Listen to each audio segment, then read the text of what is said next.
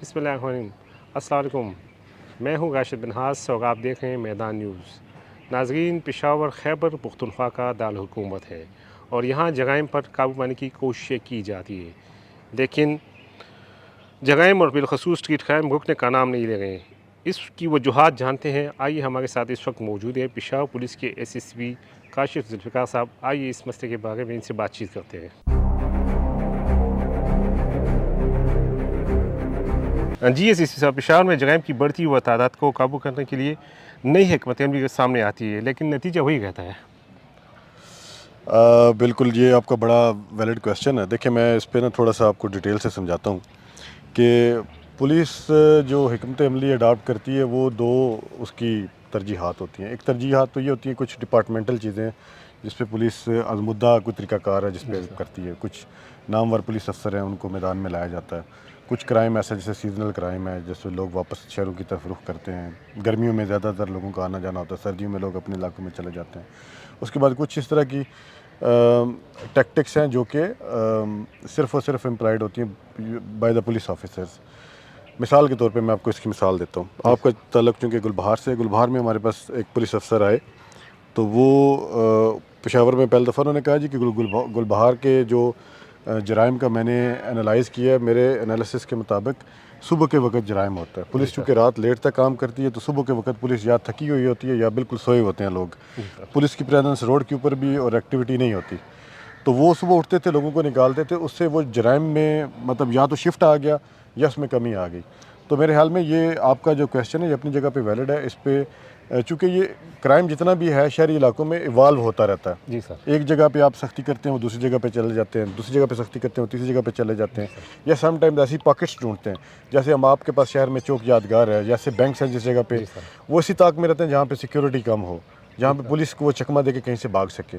تو میرے خیال میں ایک اچھا پولیس افسر یہی ہے، یا پولیس کی ٹیم کا یہی کام ہے کہ وہ ان ایریاز کو جہاں پہ ان کو لگے کہ کوئی ولنریبل ایریاز ہیں ان پہ وہ کام کر سکیں، ڈپلائمنٹ کر سکیں، پھر اس کے بعد ایسے لوگوں کی آئیڈینٹیفیکیشن ہو سکے جن کے کاروبار، جن کے روزگار، جن کی چیزیں ایٹ رسک ہیں، اور اپنی طرف بھی دیکھ لیں کہ جہاں پہ ان کو ریسورس زیادہ کرنے کی ضرورت ہے، اچھے لوگوں کی ضرورت ہے۔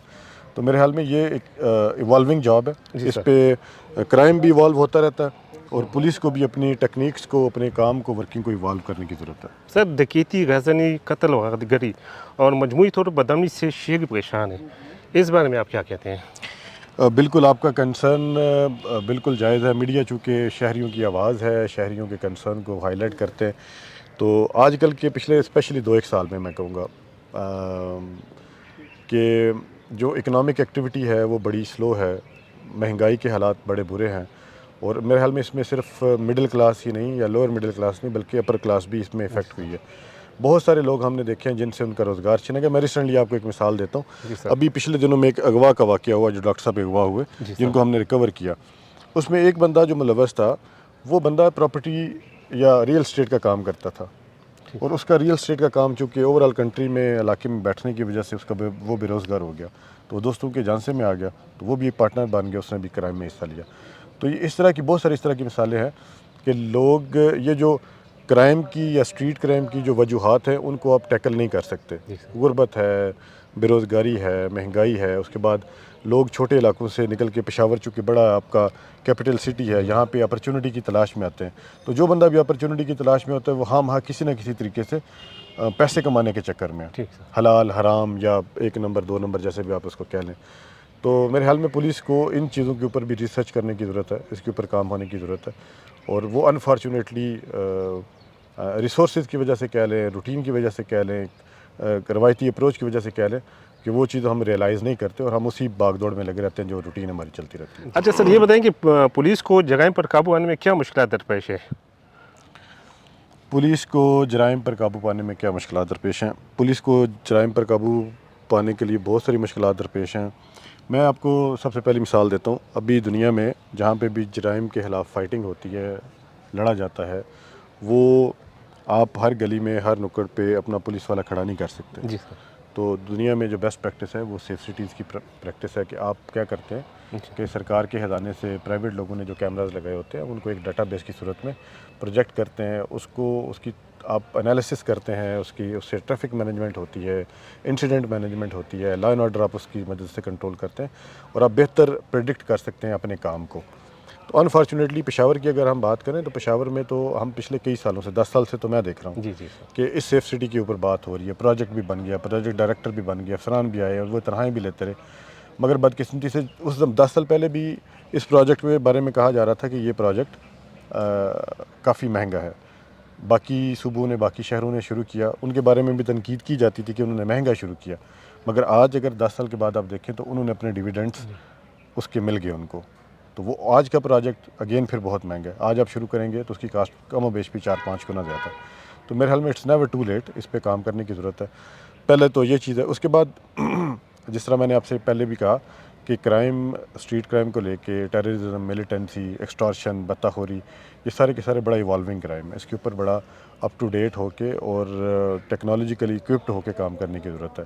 مگر بدقسمتی سے ہم پولیس افسر جو ہیں، ہماری جو سپاہ ہے، ہمارے جو لوگ ہیں، وہ ایک روایتی طریقہ کار سے اس کو کرنے کی، اور موسٹلی ہمارا یہ طریقہ کار ہوتا ہے کہ ہم اپنی آنکھیں بند رکھتے ہیں. جی سر. تو اب میں اپنی آنکھیں بند رکھنے کے رجحان کو کم کرنا ہوگا، اور اس کے لیے میرا خیال ہے کہ ٹیکنالوجی کی طرف دھیان دینا ہوگا. میرا خیال ہے اس کی طرف آؤٹ آف باکس ہمیں سوچنا ہوگا. اور پولیس کو یہ جو روایتی طریقہ کار ہے کہ لوگ جب کمپلین کے لیے آتے ہیں، لوگ اپنی تکلیف کے لیے آتے ہیں، اس کو سننا ہوگا، ان کو بیٹھ کے افسران کو بھی مداوا کرنا ہوگا.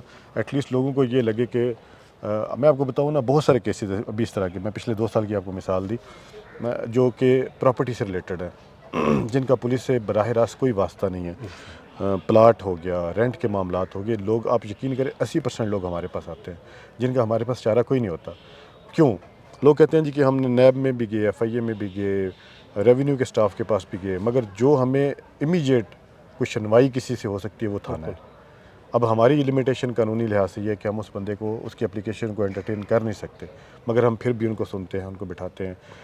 پولیس والوں سے کہتے ہیں یار بلا لیں، ان کو بٹھا لیں کسی طریقے سے، کوئی اے ڈی آر کے تھرو، الٹرنیٹ ڈسپیوٹ ریزولیشن کے تھرو. ہاں، پھر اس میں ایک اور اچھا بڑا میکانزم ہے جو پولیس نے شروع کیا، اس پہ اس کو مزید آگے لے کے جانے کی ضرورت ہے. اس پہ ابھی فوکس ہمارا کم ہے. وہ اس صوبے میں ہونے والی جتنی مثالتی کونسلس تھیں، جن کا آپ کو پتہ ہے ڈسپیوٹ ریزولیشن کونسلس کے نام سے، وہ بھی پشاور میں کام کر رہی ہیں. مگر میرے حال میں اس پہ بھی کام کرنے کی ضرورت ہے. اس میں بھی کافی زیادہ لوگوں کے مسائل جو سول نیچر کے ہیں وہ بھی حل ہو جائیں گے میرے حال میں. تو وہ پولیس کی بھی نیک نامی ہوگی اور لوگوں کو بھی تھوڑا سا ریلیف ملے گا اس میں. Thank you very much sir. Thank you very much.